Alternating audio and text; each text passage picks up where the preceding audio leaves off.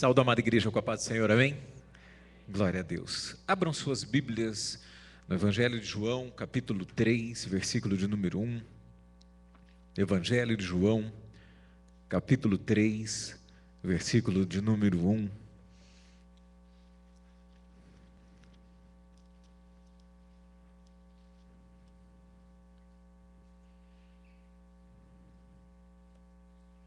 João, capítulo 3, verso 1 em diante.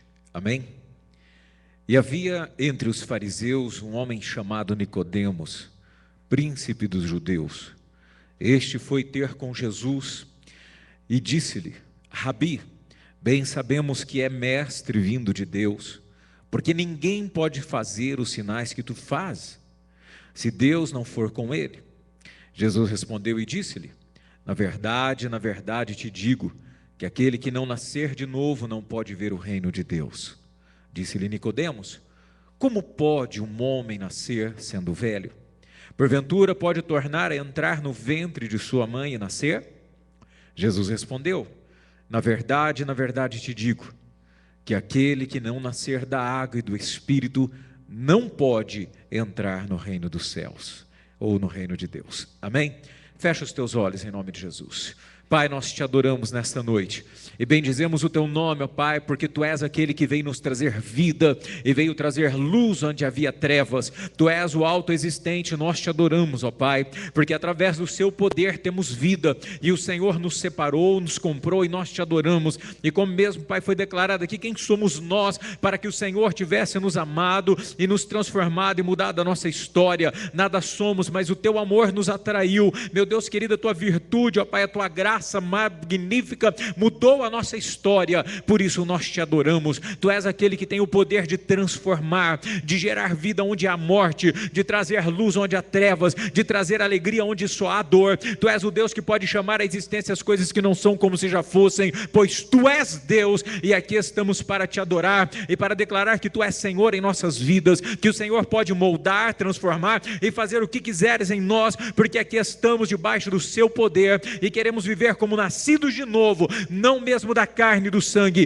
mas do teu Espírito, para vivermos uma vida conforme tu desejas e na sua visão, em tua direção, e assim habitaremos no reino de Deus para a tua glória eterna. Assim oramos, Espírito Santo, e pedimos, nos traz a compreensão, a palavra, o entendimento, venha sobre nós trazer o discernimento e compreensão para a glória do seu nome. Oramos, Senhor, em o nome de Jesus. Amém.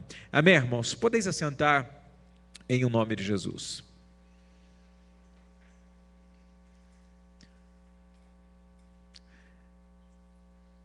Nicodemos, um dos príncipes ou um dos principais, um homem com conhecimento sobre as leis, sobre o judaísmo, sobre tudo que gerava dentro da lei dos judeus e tudo aquilo que permeava Moisés e os profetas, vai escondido porque tinha medo de ser comparado ou de ser visto com Jesus.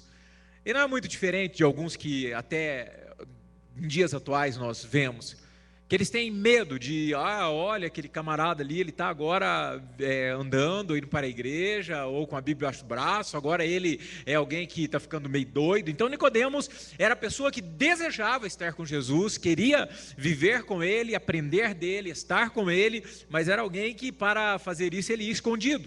Ele teve medo, ele teve receio, mas ele vai e pergunta para Jesus. Jesus é enfático em dizer que para que houvesse nele uma transformação, para que ele pudesse ter acesso aos céus, não era nada filosófico, não era nada místico, não era nada religioso, não era nada ligado absolutamente às ideias de Moisés ou do judaísmo, mas era necessário nascer de novo. Algo que complicou muito a cabeça dele e trouxe para ele um vislumbre absurdo, porque quando Jesus disse para ele que ele precisaria nascer de novo, o questionamento foi imediato: como poderá um homem adulto voltar ao ventre de sua mãe? E ele logo teve ideias talvez de reencarnação, espiritismo, enfim. Mas Jesus diz não, quem nasce da carne é carne, mas do Espírito é Espírito. Jesus estava dizendo que era necessária uma concepção espiritual, um mesmo homem dentro de um mesmo corpo, nascendo e gerado agora pelo Espírito de Deus. Alguém que tivesse a mesma carne, a mesma mente, que vivesse no mesmo corpo, mas nascesse agora pelo poder espiritual e poderoso transformador de Jesus Cristo. Olha, Nicodemos, uma coisa precisa acontecer. Você precisa ser gerado da água e do Espírito.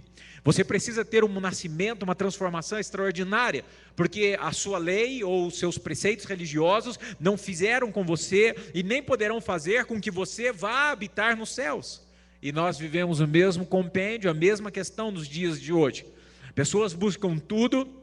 Elas buscam filosofias, buscam ideologias, buscam religião e buscam tudo, buscando um futuro ou a eternidade, ou estar com Deus, ou como se dizer por aí, os céus. Querem, após a morte, estar em um lugar bom, porque ninguém em sã consciência quer morrer e ir para um lugar ruim. Até aqueles que são descrentes demais, ou que são ateus e dizem, depois da morte é morte, nós somos apenas um fruto do acaso, então quando se acaba é só matéria, e a matéria volta ao pó e nada mais acontece, não há mais consciência. Mas quando aqueles que param para pensar um minuto, que após essa vida haverá outra vida, e depende muito do que eu faço aqui, para onde eu irei depois, tendo essa preocupação que Nicodemos teve, hoje em dia buscam muitas coisas, mas o único caminho e a única verdade, o único que leva a Deus é Jesus Cristo, através de um novo nascimento. Aí você, sem pretensão, pergunta ao seu irmão, já nasceu de novo? Como nasceu de novo? Irmãos, é interessante que o novo nascimento, ele gera frutos de transformação em nós. O novo nascimento muda a nossa vida, muda a nossa concepção, transforma-nos, muda as nossas ideias, conduz em um caminho diferente, e Jesus Cristo era expert em transformação de vida. A mudança de vida é com o encontro com Ele, é o primeiro passo, se encontrar com Ele. Nós vemos alguns encontros, e eu separei alguns, uns mais dramáticos, outros menos dramáticos, mas em Lucas 8:26 nós vemos alguém que nasce de novo, através de um encontro extremamente dramático, de uma história, como se diz aí, alguns cabulosa, uma história horrorosa, mas que gerou um nascimento extraordinário, a manifestação do poder transformador de Jesus Cristo. Lucas 8, versículo de número 26, nos mostra uma realidade terrível de um homem que estava tremendamente perturbado, destruído, que a sua vida havia sido acabada, e com o encontro e um novo nascimento é gerado. Como ele teve algo que transformou a sua vida, que mudou a sua história, que mudou até mesmo a sua família e a história da região a qual ele vivia. A Bíblia diz o seguinte, 8:26 de Lucas: e navegaram para a terra dos Gadarenos, que está de frente à Galileia, e quando desceu à terra, saiu-lhe ao encontro, vindo da cidade, um homem que desde muito tempo estava possesso por demônios, e não andava vestido, nem habitava em qualquer casa, mas sim nos sepulcros. E quando viu Jesus, prostrou-se diante dele, exclamando e dizendo em alta voz: o que tenho contigo, filho do Deus Altíssimo? Peço-te que não me atormentes. Em resumo geral, para não se ater muito aqui, Jesus sai e vai para um local, em uma terra onde havia um homem que não habitava em casas, em lugar nenhum, mas ele morava no cemitério. Cemitério já não é um lugar muito bom de se ir. Por mais que você vá lá visitar alguém ou vai sepultar alguém, o cemitério não é um local muito bom de se estar. Agora, um cemitério que já tem uma fama de que, olha, mora um louco aí, hein? Você vai ao cemitério, você está indo aonde com essa vassourinha e para lavar ou para levar uma flor? Eu vou ali no túmulo do meu pai, do meu avô. Olha, tem um louco aí que é o seguinte, hein? O cara é passado. Como assim? As polícias vieram aqui porque ele ataca as pessoas, ele se corta, ele é totalmente alucinado. Já prenderam ele com correntes e ele arrebenta as correntes. E tentaram prender ele com cadeias, ele estoura as cadeias e nem 10 homens podem contê-lo. É cabuloso, no mínimo horroroso. Mas Jesus é tremendo, porque Ele busca aqueles que estão perdidos. Ele vai buscar e salvar aqueles que estão desgarrados e que estão em pior estado. Nós vamos perceber que Jesus é aquele que gera em nós um novo nascimento e buscou-nos nas piores entranhas ou nos piores lamaçais. Ele vai nos buscar, amém? E Ele desce, com certeza. Ele vai ali ele já estava com uma intenção e já estava programado para descer naquele lugar, vem lá com o seu barquinho e desce naquele local e vai aos sepulcros, e de encontro vem este homem. Jesus não poderia ter descido em qualquer outro lugar, Mas quando Jesus desce aquele local, aquele homem vem e pergunta: o que é que você veio fazer conosco? Porque ele era um homem extremamente perturbado, um homem que, se você ver no versículo de 29, diz que nada poderia segurá-lo, ele quebrava prisões e ele destruía todas as coisas. Então Jesus chega para ele, em resumo da história, e ordena que aqueles espíritos malignos o deixem, que aqueles espíritos que perturbavam, aqueles espíritos que faziam com que aquele homem fosse terrível, temido, destruído, abandonou a sua família, era alguém que estava repudiado, estava marginalizado, aquele que agora era o terror daquela cidade, agora está aos pés de Jesus, totalmente liberto, nasceu de novo. O mesmo homem, agora a Bíblia diz que lhe deram roupas, e quando Jesus manda que aqueles espíritos malignos entrassem em alguns porcos, eles se precipitam lá no precipício. Então quando os porqueiros que criavam os porcos vêm, ficam com medo e correm, vão chamar as pessoas para ver, e quando eles chegam, eles têm uma visão extraordinária. Aquele homem a qual ninguém poderia contê-lo, agora está em perfeito juízo, vestido e aos pés de Jesus. Transformação, um poder que gera uma mudança extraordinária em nossas vidas. Um poder que nem filosofia, ciência, nada, estudos profundos, místicos, nada pode fazer no homem, nada. Mas ao encontrar Jesus, aquele homem que era totalmente pavoroso, totalmente à beira da marginalidade, jogado à beira da sociedade, agora está lúcido. Porque quando nos encontramos com Ele, Ele muda a nossa vida. É lógico que talvez alguns de nós, ou muitos de nós, não tivemos este mesmo sintoma, ou este mesmo problema. Quando não nascemos de novo, alguns tinham problemas relacionados à loucura, a vício, à prostituição, a isso, aquilo, e mentiras, e desânimo, e tantas coisas ruins que cercam o homem. Mas quando nós nos encontramos com Ele, a nossa vida foi transformada, porque nós optamos e quisemos nascer de novo, permitir que Ele transformasse, trabalhasse em nosso ser, gerando em nós uma novidade de vida. Esse homem agora já não mais é alguém temido, e a mudança dele é tão tremenda, porque quando encontramos com Ele, nascemos de novo, queremos estar com Ele. É bem diferente. A Bíblia diz que aquele homem, depois de lúcido e totalmente transformado, ele pede, fala: Senhor, deixa-me ir contigo. E ele fala: não, vá à sua família e anuncie as coisas que Deus tem feito. Quando nós encontramos Jesus, nós queremos levar e explicar e dirigir pessoas a terem o mesmo encontro que nós tivemos com Ele. O novo nascimento começa a gerar em nós vida, e um primeiro amor, e um amor tão intenso, que a gente quer que as pessoas sejam também alcançadas por Jesus Cristo de uma maneira fantástica. Encontros poderosos com Jesus transformam vidas, amém? Poderosos, fazem nascer de novo. Veja uma pessoa que nasce de novo, que era totalmente, eu uso sempre o exemplo tão simples, que é de falar palavrão. Irmãos, existem pessoas que para ela é tão natural falar palavrão, que ela, ou palavrões, que ela em 10 e 11 palavras, ela fala 15 palavrões. Existem pessoas que quando você, ela para começar a falar, meu Deus, é horrível. Aquilo lhe sangra os ouvidos, porque você nem mesmo tem mais, não consegue mais ficar perto dessas coisas, porque você que nasceu de novo, aquilo é estranho ao seu mundo. Existem pessoas que quando estão convivendo com alguém que é a velha criatura ainda, qual a Bíblia chama, que não teve encontro com Deus e não é lavada e remida pelo sangue de Jesus, nós éramos tão amigos e tão parceiros e fazíamos as suas obras das trevas, e éramos pessoas malignas como elas, e gostávamos de suas obras. Quando encontramos com Jesus, então aquelas obras já passam a ser para nós perturbadoras. Nós já não mais queremos estar com aquela pessoa, mas nós queremos mostrar para ela que Jesus pode mudar a sua vida e transformar o seu ser, e queremos apresentar o doador da vida. Só que se a pessoa aceitar bem, se não, começa a nos constranger e nós nos afastamos e não queremos mais. Mas veja uma transformação fantástica, Lucas 19, versículo de número 11. E estudando um pouquinho mais sobre essa pessoa que nós vamos falar, eu achei fantástico porque mostra o amor de Jesus incondicional a todo tipo de pessoa, e o desejo fantástico de mudar a vida das pessoas e transformar uma vida errada, destruída, em uma vida que seja plena luz.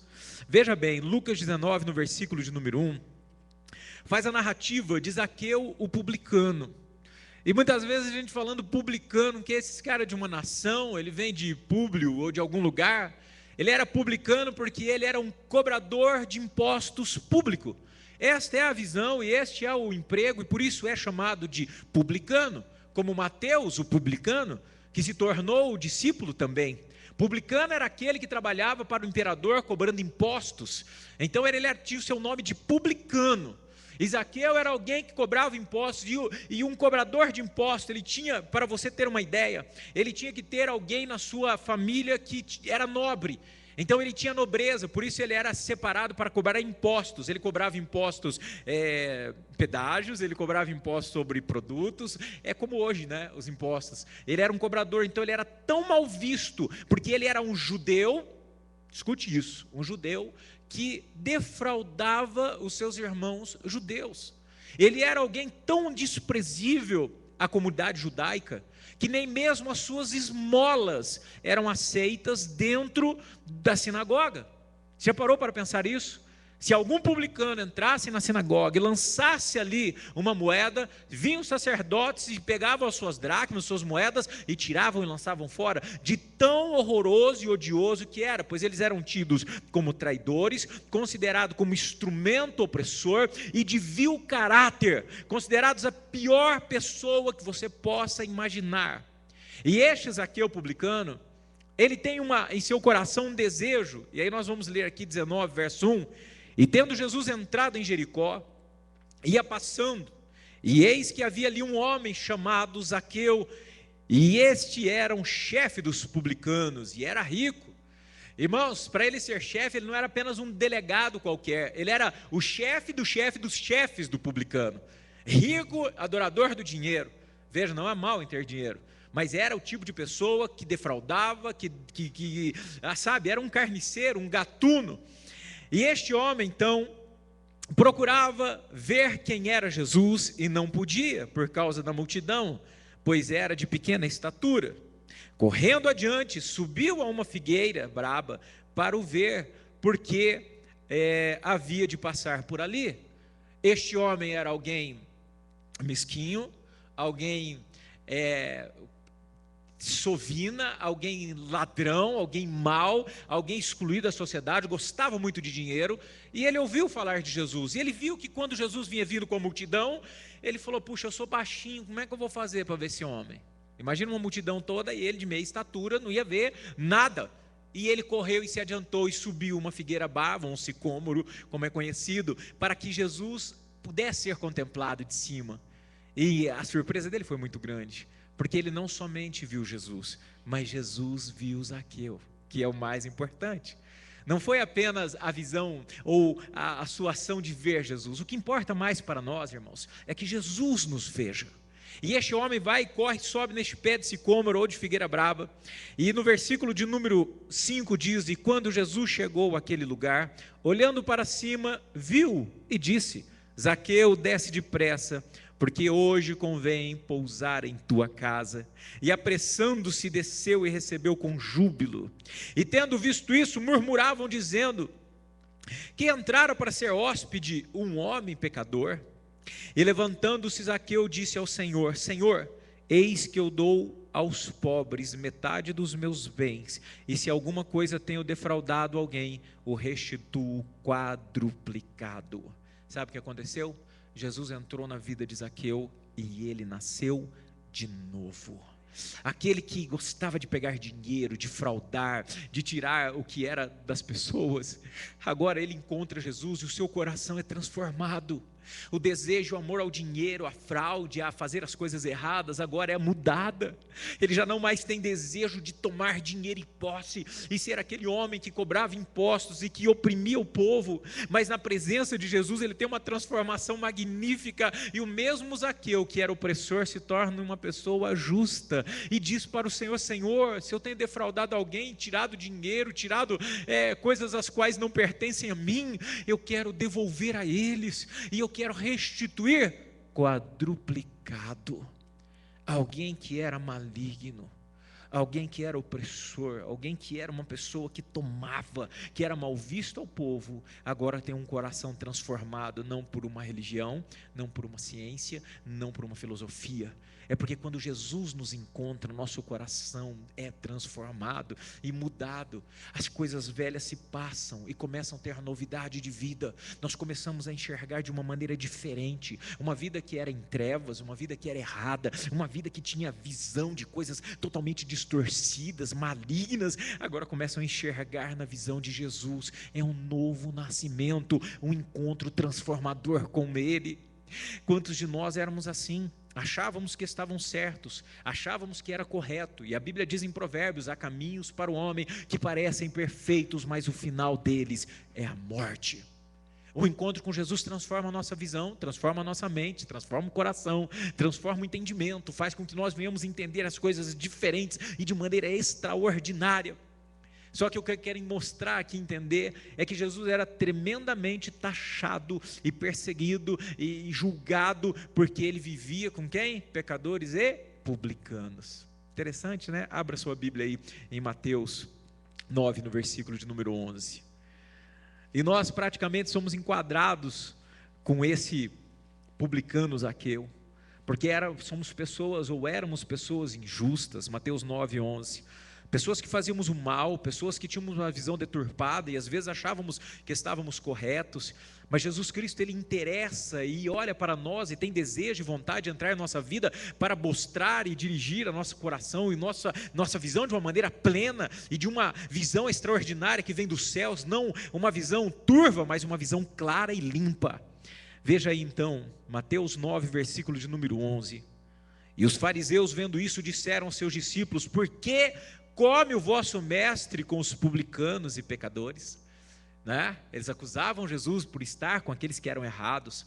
Jesus olha, quando ele está na casa de um desses, então vem Maria Madalena lavar os seus pés, e um dos homens que o recebe diz: se esse fosse de Deus, saberia quem o toca, porque ela era uma prostituta. Então Jesus, a Bíblia diz, conhecendo os desígnios do seu coração, olhou para o anfitrião e disse assim: você está me julgando porque essa aqui está chorando e lavando os meus pés com lágrimas e enxugando com os cabelos? Aí ele diz assim: entrei em sua casa, não deste água para mim lavar os pés, mas ela todavia lava meus pés com as suas lágrimas.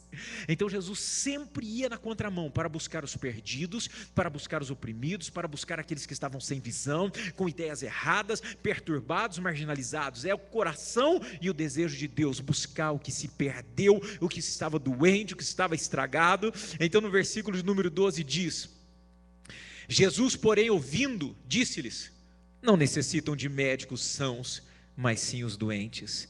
Ide, porém, aprendei o que significa: misericórdia quero e não sacrifício, porque eu não vim para chamar os justos, mas os pecadores ao arrependimento. Glória a Deus. Porque Jesus nos chamou um dia, porque nos encontrou.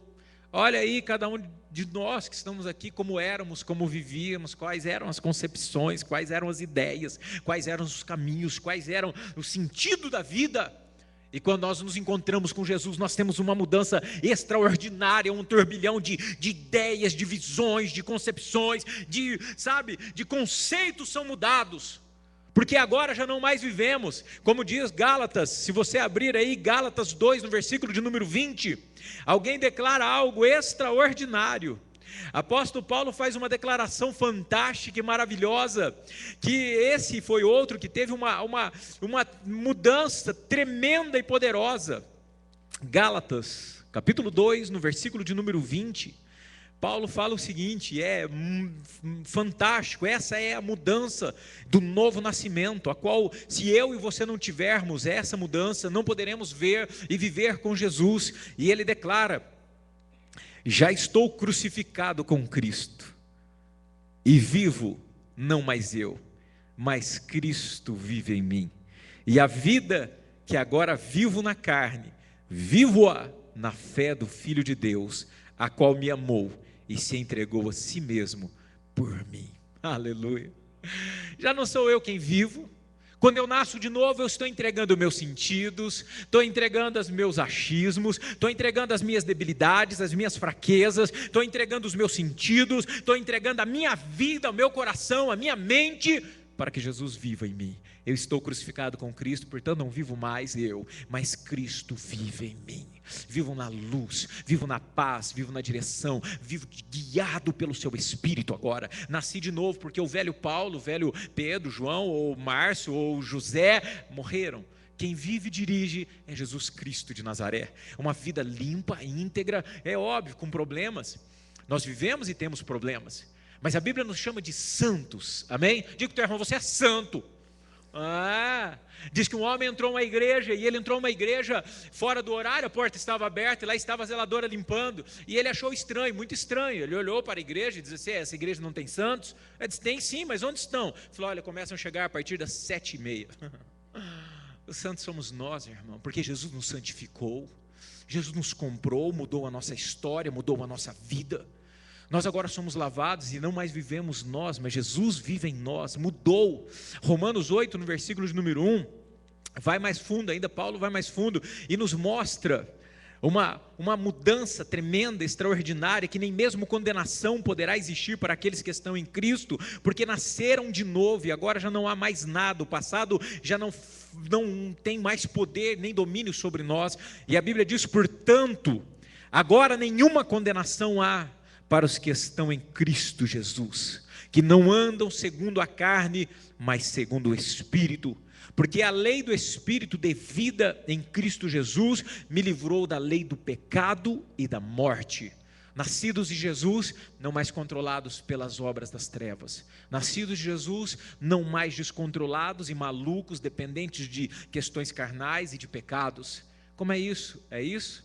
É que nós não somos mais pessoas que não têm domínio próprio e não têm mais temperança e não são mais guiadas pelos desejos carnais ou pela mente ou pela circunstância. Agora nós somos guiados pelo Espírito de Deus. Nascemos de novo. As coisas velhas se passaram e tudo se fez novo. Amém? Abra aí 2 Coríntios 5 no versículo de número 17. E nós vamos entendendo que Jesus quer mudar a nossa vida, e quer mudar o nosso conceito, quer transformar a nossa visão, e Ele precisa achar. Por isso mesmo é dito em Apocalipse: eis que estou à porta e bato, se ouvires a minha voz e abrir a sua porta, ou permitir que eu entre, aí Ele diz que ceará conosco, e nós cearemos com Ele. Então as coisas se tornarão novas em nossa vida.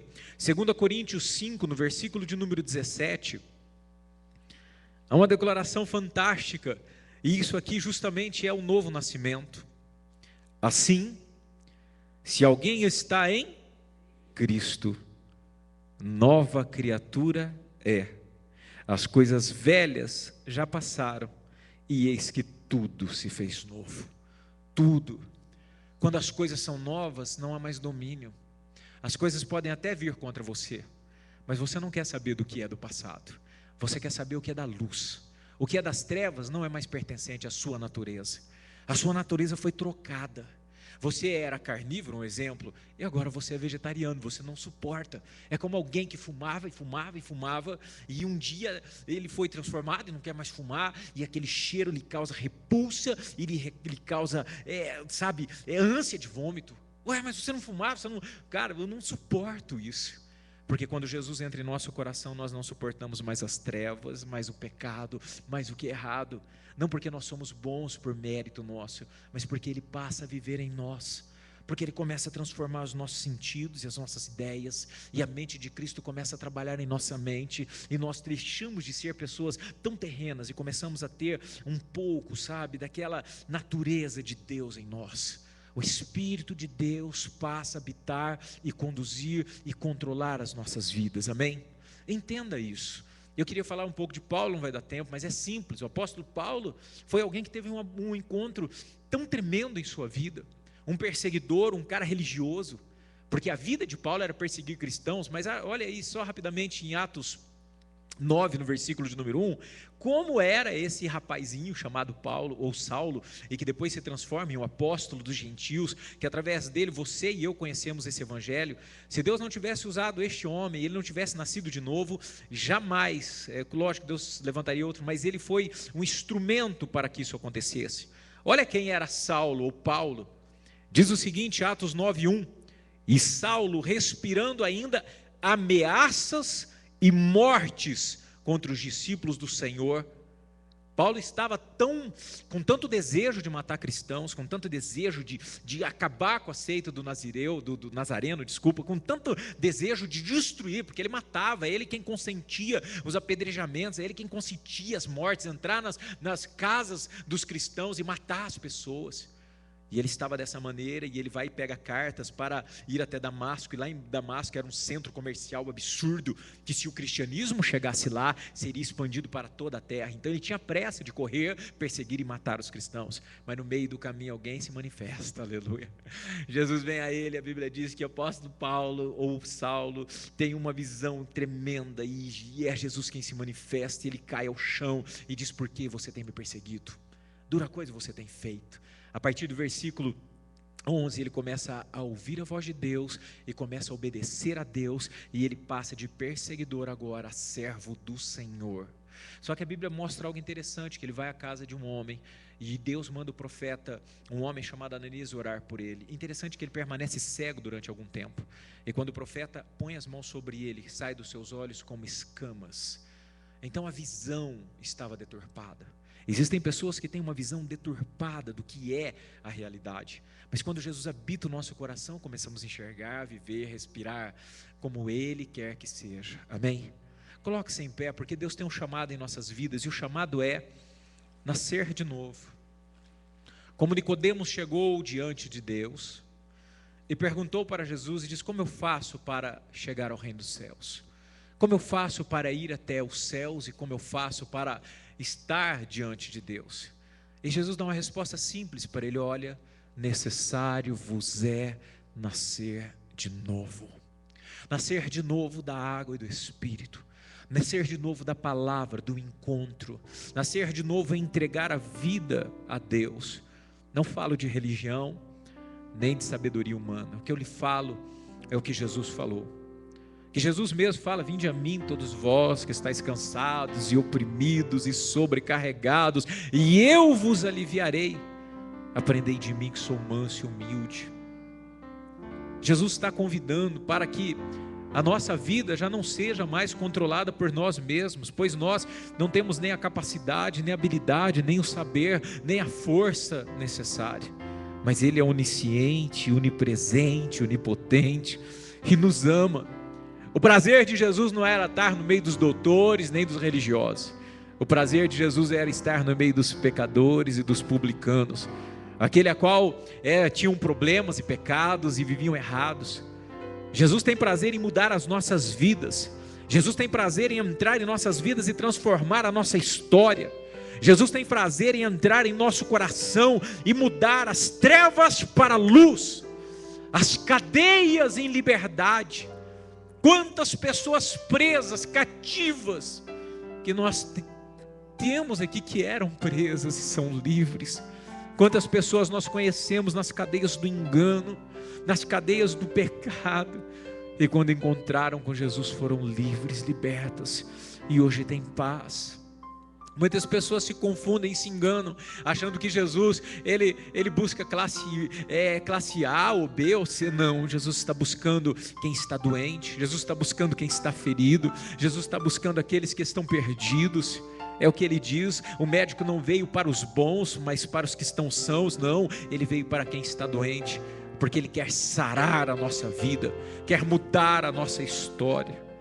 E se Jesus trouxe você e eu essa noite, é porque Ele quer nos tocar, Ele quer mudar realmente a nossa forma de viver, quer entrar em nós e dirigir e guiar os nossos passos, e por isso você está aqui, por isso eu estou aqui. E o fato de nascer de novo não nos tira a responsabilidade de combater o bom combate e permanecer na carreira da fé até o dia em que estaremos com Ele. Por isso Deus te chama para um novo nascimento, e por isso Deus também te exorta a permanecer na fé e andar no fé do Filho de Deus, para que você permaneça e termine a carreira da fé, a qual Jesus tem guardado para você e para mim a coroa da vitória, os louros da vitória, a qual nós alcançaremos por Ele. Fecha os teus olhos e coloca a mão em seu coração. Talvez você pense, e talvez você seja como Nicodemos, um religioso, porque achava que por seguir as leis, por andar nos padrões dos judeus, talvez teria acesso aos céus. Mas a religião não é nada. A verdadeira religião é estar ligada a Jesus Cristo, é Ele quem fala: ninguém vem ao Pai a não ser por mim. A Bíblia diz em 1 Timóteo 2,5 que há um só intercessor entre Deus e os homens, a saber, Jesus Cristo, homem.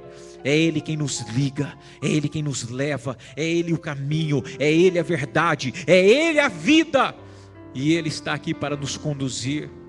Deus não te trouxe aqui à toa, mas Ele trouxe para dizer a você: talvez você é como Nicodemos foi, um religioso que talvez por suas obras você acreditasse ou acredita que pode chegar ao reino de Deus, mas Jesus desmente isso e diz: não, você não poderá chegar ao reino dos céus se não for por mim, se não nascer de novo.